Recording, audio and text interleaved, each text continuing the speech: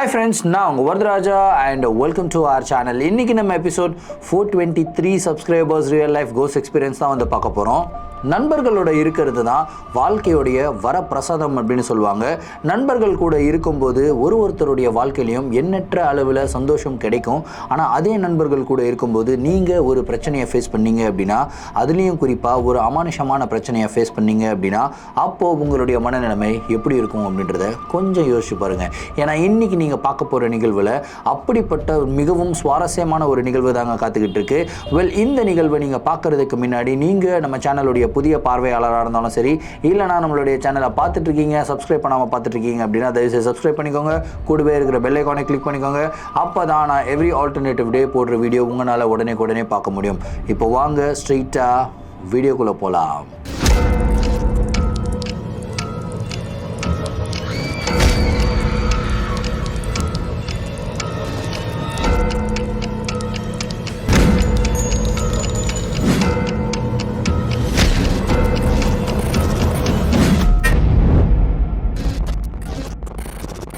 இன்னைக்கு நீங்கள் பார்க்க போகிற நிகழ்வு சென்னையிலிருந்து சிவா அப்படின்ற ஒரு சப்ஸ்கிரைபர் தான் மெயில் பண்ணி விட்டுருக்காரு.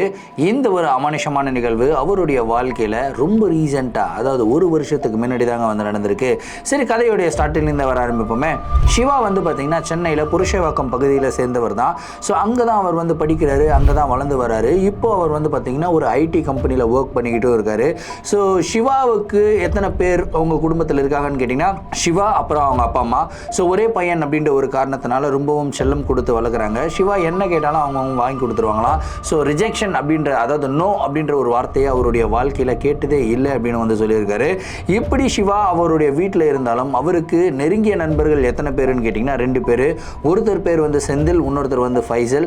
2 பேருமே வந்து பார்த்திங்கன்னா எல்கேஜிலிருந்து ஒன்றா படிக்கிறாங்களா, அதாவது 3 பேரும் எல்கேஜிலேருந்து ஒன்றா படிக்கிறாங்க. அப்புறம் ஒரே ஐடி கம்பெனியில் வந்து ஒர்க்குமே பண்ணிட்டு இருக்காங்க. ஸோ யோசிச்சு பாருங்கள் எந்த அளவுக்கு அவங்களுடைய ஃப்ரெண்ட்ஷிப்புடைய பாண்ட் இருக்குன்றதை யோசிச்சு பாருங்கள். ஸோ இவங்களுடைய வாழ்க்கை இப்படி ஸ்மூத்தாக போயிட்டு இருக்கும்போது சிவாவுக்கு ஒரு விஷயம் ரொம்ப பிடிக்கும். என்ன பிடிக்கும்னு கேட்டிங்கன்னா, பீஃப் சாப்பிட்றது ரொம்ப பிடிக்கும். ஆனால் அவங்களுடைய வீட்டில் பீஃப் சமைக்க மாட்டாங்க. அவங்க அம்மா வந்து பூஜை புனஸ்காரம் அப்படின்னு சொல்லி ரொம்ப ஸ்ட்ரிக்டாக இருக்கிற மாதிரி ஒரு மதர். ஸோ பீஃப்லாம் சமைக்க மாட்டோம், நீயும் சாப்பிடக்கூடாது அப்படின்ற ஒரே ஒரு ரெஸ்ட்ரிக்ஷன் மட்டும்தான் அவருக்கு இருந்திருக்கு.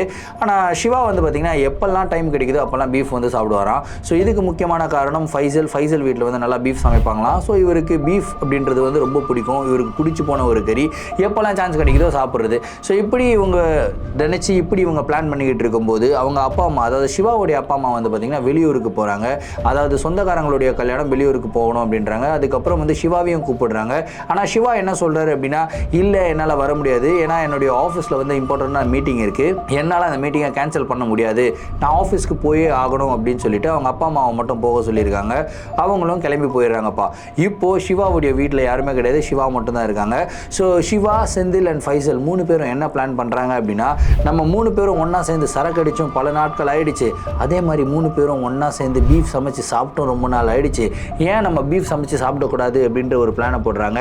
ஓகேடா, நீங்கள் 2 பேரும் கிளம்பி வந்துடுங்க, இன்றைக்கி நைட்டு நம்ம வீட்டில் தான் பார்ட்டி பண்ணுறோம், ஃபுல் ஃபன் பண்ணுறோம் அப்படின்னு சொல்லிட்டு 3 பேரும் பிளானை போடுறாங்க. பிளானை போட்ட உடனே நைட்டு 9 மணிக்கு வந்து பார்த்திங்கன்னா செந்தில் அண்ட் ஃபைசல் 2 பேரும் வந்து சிவாவுடைய வீட்டுக்கு வந்துடுறாங்க. வீட்டுக்கு வரும்போதே வந்து செந்தில் வந்து பார்த்திங்கன்னா சரக்கு, அதுக்கப்புறம் சைட் டிஷ்ஷு இதெல்லாமே வாங்கிட்டு வந்துடுறாரு. ஃபைசல் வந்து என்ன வாங்கிட்டு வரலன்னு கேட்டிங்கன்னா, பீஃப் வந்து வாங்கிட்டு வரல, மறந்துடுறாரு.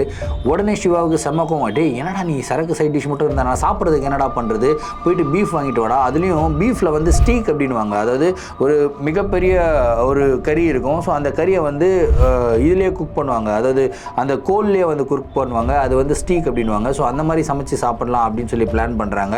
ஓகே அப்படின்னு சொல்லிட்டு ஃபைசலுமே வந்து பார்த்திங்கன்னா பீஃப் வாங்குறதுக்காக போகிறாரு. பீஃப் வாங்கிட்டு அதுக்கப்புறம் அவருமே திரும்பி வராரு. சரி, 3 பேரும் என்ன பண்ணுறாங்கன்னா, மொட்டை மாடியில் உட்காந்து சரக்கு அடிக்கலாம் அப்படின்னு சொல்லிட்டு மொட்டை மாடிக்கு போகிறாங்க. நிலா வெளிச்சத்தில் உட்காந்து சரக்கு அடிக்கவும் ஆரம்பிக்கிறாங்க.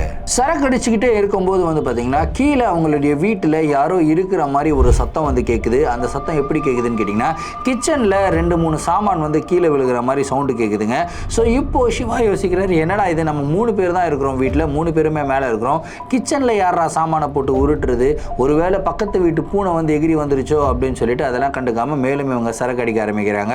ஸோ இதில் ஃபைசல் வந்து என்ன சொல்கிறார் அப்படின்னா, நான் கொஞ்சம் லைட்டாக சரக்கு அடிச்சுக்கிறேன்டா, ஏன்னா நான் வந்து ரொம்ப சரக்கு அடிச்சுன்னா அப்புறம் சமைக்க முடியாது, சமைக்கலைன்னா நம்ம பீஃப் சாப்பிட முடியாது, அதுக்கப்புறம் வந்து உங்கள் அப்பா அம்மா கிட்ட மாட்டிப்போம், சரி நம்ம நான் வந்து போயிட்டு சமைக்கல் வேலையை ஆரம்பிக்கிறேன் அப்படின்னு சொல்லிட்டு ஃபைசல் வந்து வீட்டு சாவியை எடுத்துக்கிட்டு கீழே வராருங்க.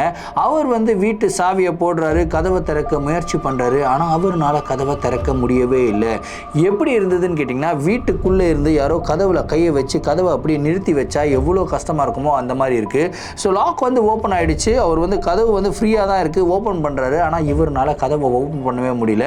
ஏன்னா இது கதவை ஓப்பன் பண்ணவே முடியல அப்படின்னு சொல்லிட்டு இன்னமும் ஸ்ட்ராங்காக வந்து முயற்சி பண்ணுறாரு. கிட்டத்தட்ட ஒரு 5 நிமிஷம் முயற்சி பண்ணதுக்கு அப்புறம் தான் ஃபுல் ஃபோர்ஸ் கொடுத்து கதவை தள்ளியிருக்காரு. அப்போ தான் வீட்டுடைய கதவு வந்து ஓப்பன் ஆகுதுங்க. வீட்டுடைய கதவு ஓப்பன் ஆன உடனே அவருக்கு ஒரு மிகப்பெரிய ஷாக்கரே காத்துக்கிட்டு இருந்தது. ஏன்னா அந்த ஹால் இருக்கு இல்லையா, ஹாலில் வந்து எல்லா திங்ஸும் ப்ராப்பராக அரேஞ்ச் பண்ணி தான் வச்சுருந்தாங்க. ஆனால் இந்த தடவை ஃபைசல் வீட்டுக்குள்ளே என்டர் ஆன உடனே ஹாலில் இருக்கிற எல்லா திங்ஸுமே வந்து பார்த்திங்கன்னா கீழே விழுந்திருந்த மாதிரி வந்து இருந்தது. ஏன்னா இது எல்லா பொருளும் கீழே விழுந்திருக்கு, சரி அதெல்லாமே கொஞ்சம் ரெடி பண்ணுவோம் அப்படின்னு சொல்லிட்டு எல்லா பொருளும் எடுத்து மேலே வைக்கிறாரு. வச்சுட்டு அதுக்கப்புறம் இவர் வந்து கிச்சனுக்குள்ளே போகிறாருங்க. கிச்சனுக்குள்ளே போன உடனே கிச்சனில் இருக்கிற பாத்திரங்கள் எல்லாம் கீழே டமடமால் உருண்டு கிடக்குது. என்னடா இது இவ்வளோ பாத்திரங்கள் கீழே உருண்டு கிடக்குது அப்படின்னு சொல்லிட்டு இவர் வந்து பார்த்திங்கன்னா பீஃபை எடுத்து குக் பண்ணலாம், அதாவது க்ளீன் பண்ணலாம் அப்படின்னு சொல்லிட்டு இவர் வந்து பீஃப் இருக்கிற பக்கம் வந்து திரும்புகிறாருங்க. திரும்பி பார்த்தா அங்கே ஒரு மிகப்பெரிய ஷாக்கரே காத்துக்கிட்டு இருந்தது. ஏன்னா இவர் ஒட்டுமொத்தமாக கிட்டத்தட்ட 6 பீஃப் ஸ்டீக்ஸ் வந்து வாங்கிட்டு வந்திருக்காரு. ஸோ அந்த 6 பீஃப் ஸ்டீக்ஸை இவர் கவர்லேருந்து வெளியே எடுக்கவே இல்லை. ஆனால் அந்த தடவை இவர் திரும்பி பார்க்கும்போது அந்த பீஃப் இருக்கு இல்லையா, 6 பீஃப் ஸ்டீக்லேருந்து ஒரு பீஃப் ஸ்டீக் வந்து பார்த்திங்கன்னா கவர்லேருந்து வெளியே எடுத்து வைக்கப்பட்டிருந்தது. சும்மா மட்டும் வைக்கப்படலை, அந்த பீஃப் ஸ்டீக்கை யாரோ கடித்து சாப்பிட்டா அந்த பல் இருக்கும் இல்லையா, ஒரு கறியை கடிச்சோன்னா அந்த பல் கடிச்ச மாதிரி ஒரு சுவடு இருக்கும் இல்லையா, அந்த மாதிரி வந்து ஒரு சுவடு வந்து இருந்திருக்கு. இந்த விஷயத்தை பார்த்த உடனே இவருக்கு பயம் வர ஆரம்பிக்குது. என்னடா பச்சை கறியை யாரா சாப்பிட்றது, நானும் சாப்பிடல அவனும் சாப்பிடல செந்திலும் சாப்பிடல, 3 பேரும் மேலே இருக்காங்க, 3 பேர் மேலே தான் இருந்தோம், 3 பேர் மேலே இருக்கும்போது இந்த கறியை யார் சாப்பிட்டது அப்படின்ற ஒரு சந்தேகம். ஒருவேளை பூனை வந்து சாப்பிட்ருக்குமோ, ஆனால் பூனையோடைய பல்லு வந்து மனிதனுடைய பல்லு மாதிரி இருக்காது, வேறு மாதிரி இருக்குமே, அப்படி இருக்கும்போது எப்படி பூனை எப்படி கவருக்குள்ளேருந்து பீஃபை எடுத்திருக்கும் அப்படின்ற பல்லாயிரம் கேள்விகள் வந்து பார்த்திங்கன்னா அவருடைய மண்டைக்குள்ளே வந்து ஓட ஆரம்பிக்குது. இவர் என்ன யோசிக்கிறார் அப்படின்னா, நம்ம சரக்கு கூட அவ்வளோ அடிக்கலையே, லைட்டாக தான் அடிச்சுட்டு வந்திருக்கோம், போதும் கூட ஒன்றும் ஏறல, நம்மளுக்கே எப்படிலாம் தோணுது, சரி நம்ம ஃப்ரெண்ட்ஸ் கிட்ட போய் சொல்லலாம் அப்படின்னு சொல்லிட்டு இவர் என்ன பண்ணுறாருன்னா அப்படியே வெளியே கிளம்பி போகிறாருங்க. கரெக்டாக வெளியே நடந்து போய்கிட்டே இருக்கும்போது, அதாவது அந்த ஹால்வேல நடந்து வந்துக்கிட்டே இருக்கும்போது லெஃப்ட் ஹேண்ட் சைடில் வந்து ஒரு பெட்ரூம் இருக்கும். அந்த பெட்ரூமுக்குள்ளேருந்து யாரோ நடக்கிற மாதிரி ஒரு சவுண்ட் வந்து கேட்டிருக்குங்க. அதுலேயும் அங்கே இருக்கிற கபோர்டை யாரோ ஓப்பன் பண்ணுற மாதிரி ஒரு சவுண்டு கேட்டிருக்கு.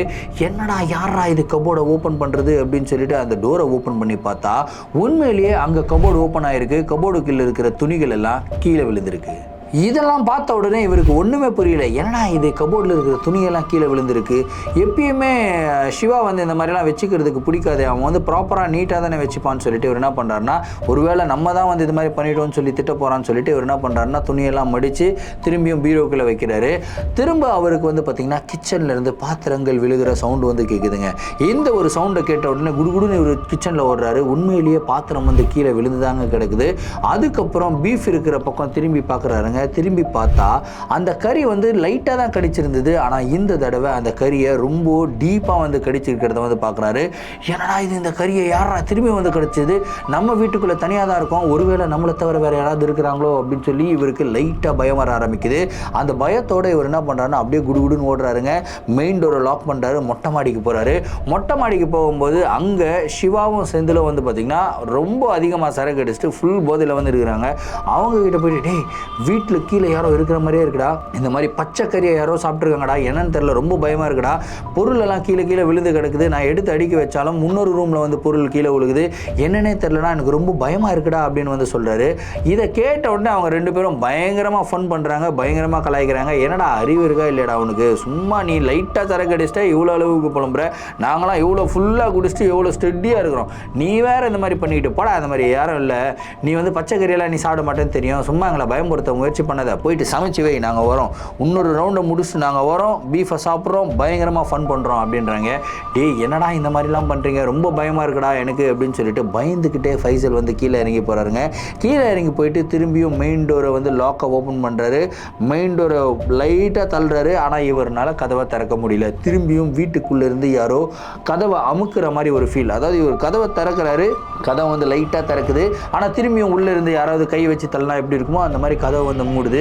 இவருக்கு ஒன்றுமே புரியல. அப்புறம் வந்து ரொம்ப கஷ்டப்பட்டு கதவை ஓப்பன் பண்ணி பார்த்தா உள்ளே வந்து பார்த்தீங்கன்னா யாரோ நடந்து போகிற மாதிரி வந்து கால் தடம் இருக்குது. அந்த கால் தடம் எப்படி இருந்ததுன்னு கேட்டிங்கன்னா ஒரு பெண்மணியோடைய கால் தடம் மாதிரி இருக்குங்க. என்னடா இது இப்படியெல்லாம் பெண்மணியோட கால் தடம் மாதிரி இருக்குது அப்படின்னு சொல்லிட்டு நேராக இவர் கிச்சனுக்குள்ளே போகிறாரு. கிச்சனுக்குள்ளே போயிட்டு பீஃப் இருக்கிற இடத்த ஃபஸ்ட்டு பார்க்குறாருங்க. பார்த்த உடனே அவருக்கு ஒரு மிகப்பெரிய ஷாக்கர். இப்போ இவ்வளோ பெரிய பீஃப் ஸ்டீக் இருந்தது, அதில் 2 கடி தான் கடிச்சிருந்தாங்க. ஆனால் இந்த தடவை கிட்டத்தட்ட முக்கால்வாசி வந்து சாப்பிட்ட மாதிரி இருந்தது. ஆனால் அதுக்கு பக்கத்துலேயே வந்து பார்த்திங்கன்னா வளையல்கள், கண்ணாடி வளையல்கள், உடைஞ்ச கண்ணாடி வளையல்கள் வந்து இருந்ததுங்க. ஸோ இந்த வளையல்களை பார்த்த உடனே இவருக்கு வந்து பயம் எடுத்துருச்சு. ஆஹா, வீட்டுக்குள்ளே ஏதோ ஒரு பிரச்சனை நடக்குதுப்பா, இதுக்கப்புறம் நம்ம வீட்டுக்குள்ளே இருக்கக்கூடாதுப்பா, நம்மளுடைய நண்பர்கள் கூட தான் வீட்டுக்குள்ளே வரணும் அப்படின்னு சொல்லிட்டு இவர் என்ன பண்ணுறாருன்னா குடுகுடுன்னு ஓடுறாரு. இந்த தடவையும் டோரை வந்து லாக் பண்ணுறாரு. யோசிச்சு பாருங்க, அவ்வளோ பயத்தில் ஓடும்போதும் கூட டோரை லாக் பண்ணிட்டு ஓடணும் அப்படின்ற ஒரு புத்திசாலித்தனம் இருக்கு. வா, செம்ம சூப்பர் அப்படின்னு தான் சொல்லணும். இவர் அப்படியே மேலே ஓடுறாரு. மேலே ஓடி போயிட்டு நடக்கிற எல்லா விஷயங்களையும் சிவா கிட்டையும் செந்தில் கிட்டையும் சொல்கிறாரு. ஸோ திரும்பவும் இவர் வந்து இதே மாதிரி ஒரு விஷயம் சொன்னதுக்கப்புறம் இவங்க 2 பேரும் யோசிக்கிறாங்க, இவன் விளையாடுவான், ஃபன் பண்ணுவான், ப்ராங்க் பண்ணுவான், ஆனால் இவன் மூஞ்சியில் ஏதோ பயம் தெரிகிற மாதிரி இருக்குது, சரி வாடா போய் பார்க்கலாம் அப்படின்னு சொல்லிட்டு 3 பேரும் மொட்டை மாடியிலிருந்து கீழே இறங்கி வர ஆரம்பிக்கிறாங்க. 3 பேரும் கீழே வராங்க. கீழே வந்து திரும்பியும் கதவை அன்லாக் பண்ணுறாங்க. அன்லாக் பண்ணிவிட்டு கதவை வந்து ஓப்பன் பண்ண முயற்சி பண்ணுறாங்க. இந்த தடவையும் கதவை ஓப்பன் பண்ண முடியலைங்க. உள்ளே இருந்து யாரோ பயங்கர ஃபோர்ஸ் கொடுத்து தள்ளுற மாதிரி வந்து பயங்கர கஷ்டமாக இருக்குது. கதவை ஓப்பன் பண்ணவே முடியல. இதை பார்த்த உடனே ஃபைசல் இவ்வளோ ஸ்ட்ரகிள் பண்ணுறாருன்னு பார்த்த உடனே சிவாவும் செந்திலும் அவங்க 2 பேரும் கையை வச்சு கதவை ஓப்பன் பண்ணுறாங்க. ஆனால் 3 பேர் சேர்ந்து கதவை ஓப்பன் பண்ண முயற்சி பண்ணுறாங்க. ஆனால் அந்த ஒரு கதவை அவங்களால ஓப்பன் பண்ணவே முடியல. இப்போ தான் சிவாவுக்கும் செந்திலுக்கும் தெரியுது, ஆஹா இது வரைக்கும் ஃபைசல் சொன்னது பொய் இல்லடா, உண்மையிலேயே ஏதோ ஒன்று நடக்குதுடா வீட்டுக்குள்ளே அப்படின்னு சொல்லிட்டு 3 பேரும் ஃபுல் ஃபோர்ஸை கொடுத்து கதவை பிடிச்சி தள்ளுறாங்க. அப்போ தான் அந்த கதவை ஓப்பன் ஆகுது.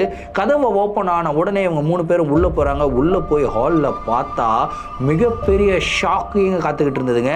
என்னன்னு கேட்டிங்கன்னா ஹாலில் ஃபுல்லாக, அதாவது சோஃபா மேலே, தரையில், அதுக்கப்புறம் அந்த இடத்துல வந்து ஒரு டெஸ்க் இருக்கும், டெஸ்க்கு மேலே அங்கே ஒரு டைனிங் டேபிள் இருக்கும், டைனிங் டேபிள் மேலே எல்லா இடத்துலையுமே வந்து பார்த்திங்கன்னா கண்ணாடி வளையல்கள் வந்து கீழே விழுந்து கிடக்குது.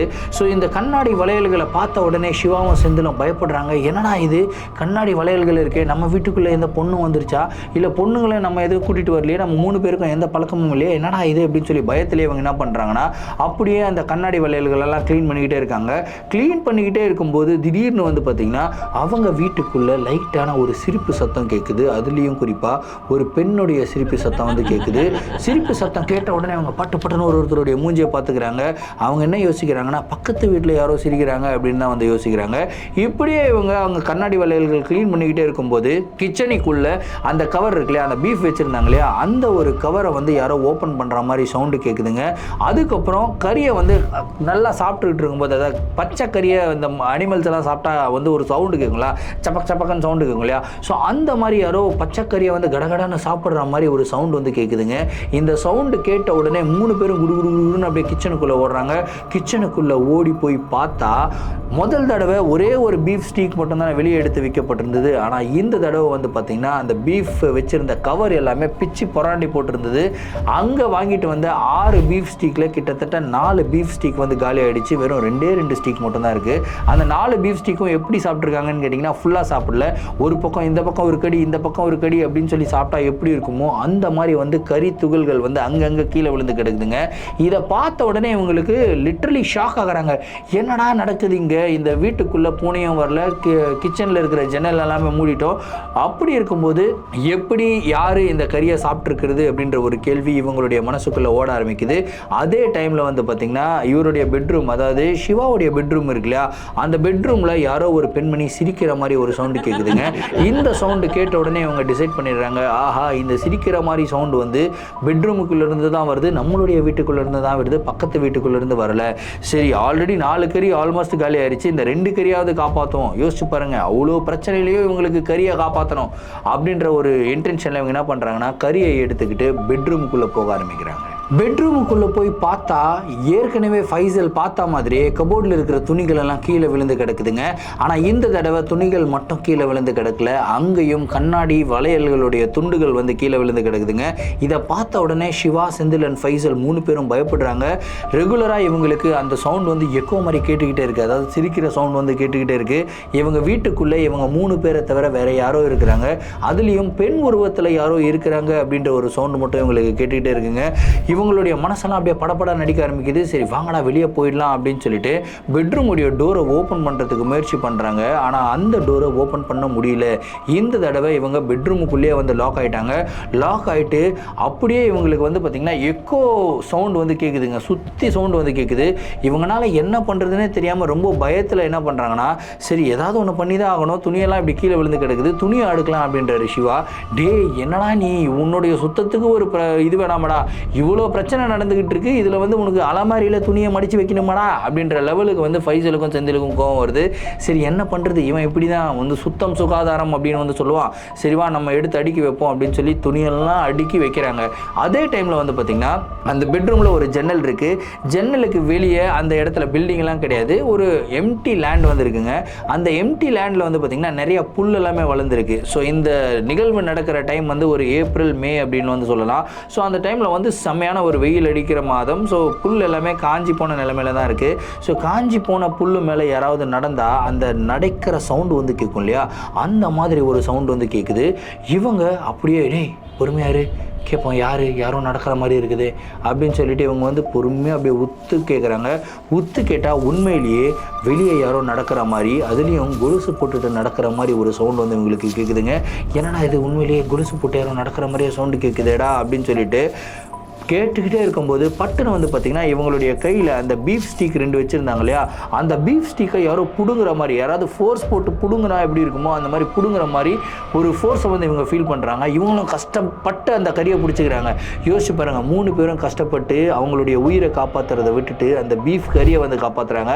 அப்போ எந்த அளவுக்கு பீஃப் லவர்ஸாக இருப்பாங்கன்றதை மட்டும் கொஞ்சம் யோசிச்சு பாருங்கள். ஸோ கஷ்டப்பட்டு அந்த பீஃபை வந்து காப்பாற்றுறாங்க.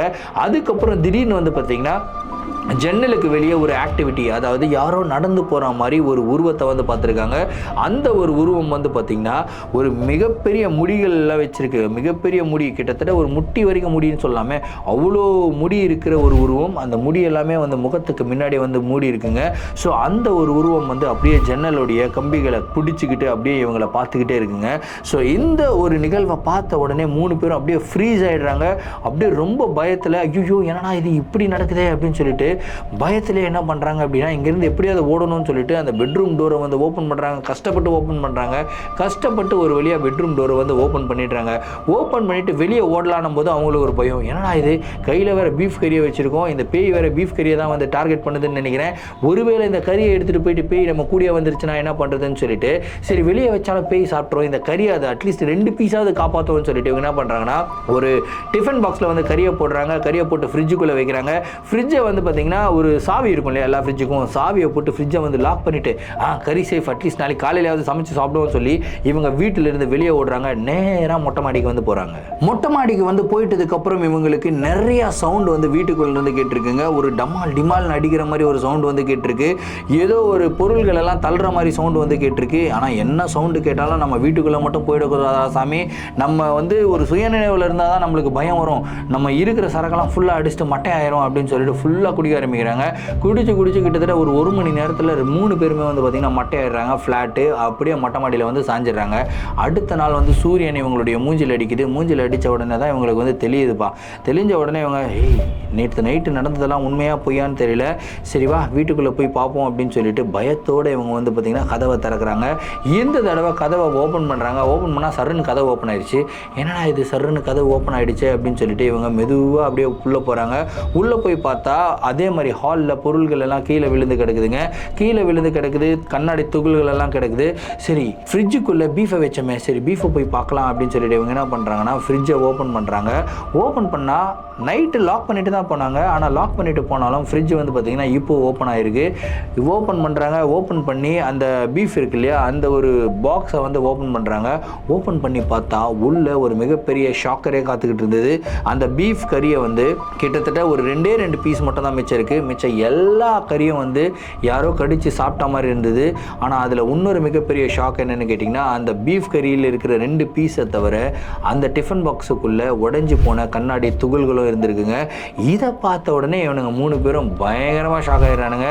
ஆஹா, ஏதோ ஒன்று நடந்திருக்குப்பா, பாரு யோசிப்பாரு, இந்த கறியை சாப்பிட்டது இல்லாமல் இந்த கண்ணாடி துகள்கள் வேற விட்டுட்டு போயிருக்கு, வேற என்னென்னலாம் எங்கெங்கெல்லாம் விட்டுட்டு போயிருக்கோ தெரியல. ஒருவேளை அம்மா வந்து இந்த கண்ணாடி துகள்களை பார்த்தா கண்டிப்பாக நம்மளை தப்பாக நினைப்பாங்க, ஃபஸ்ட்டு வீடை க்ளீன் பண்ணுவோம் அப்படின்னு சொல்லிட்டு அடுத்த நாள் வந்து பார்த்திங்கன்னா ஃபுல்லாக வீடை டீப் க்ளீன் பண்ணியிருக்காங்க.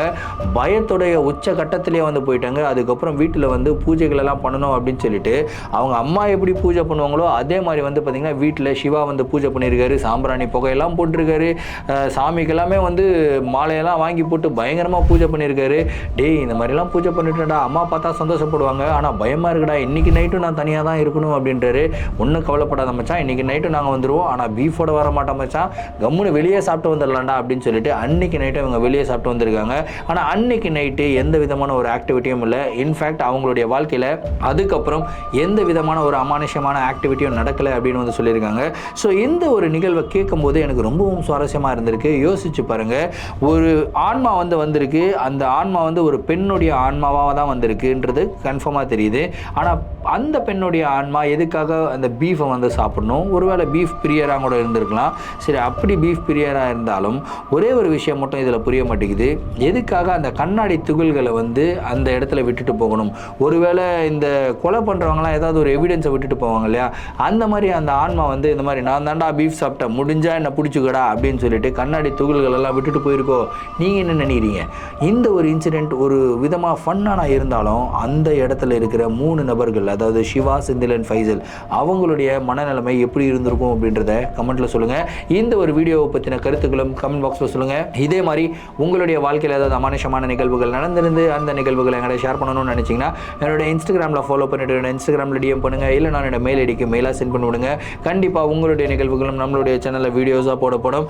மீண்டும் அடுத்த வீடியோவில் சந்திக்கும் வரை நான் உங்கள் Varadaraja, signing off. Thank you and bye.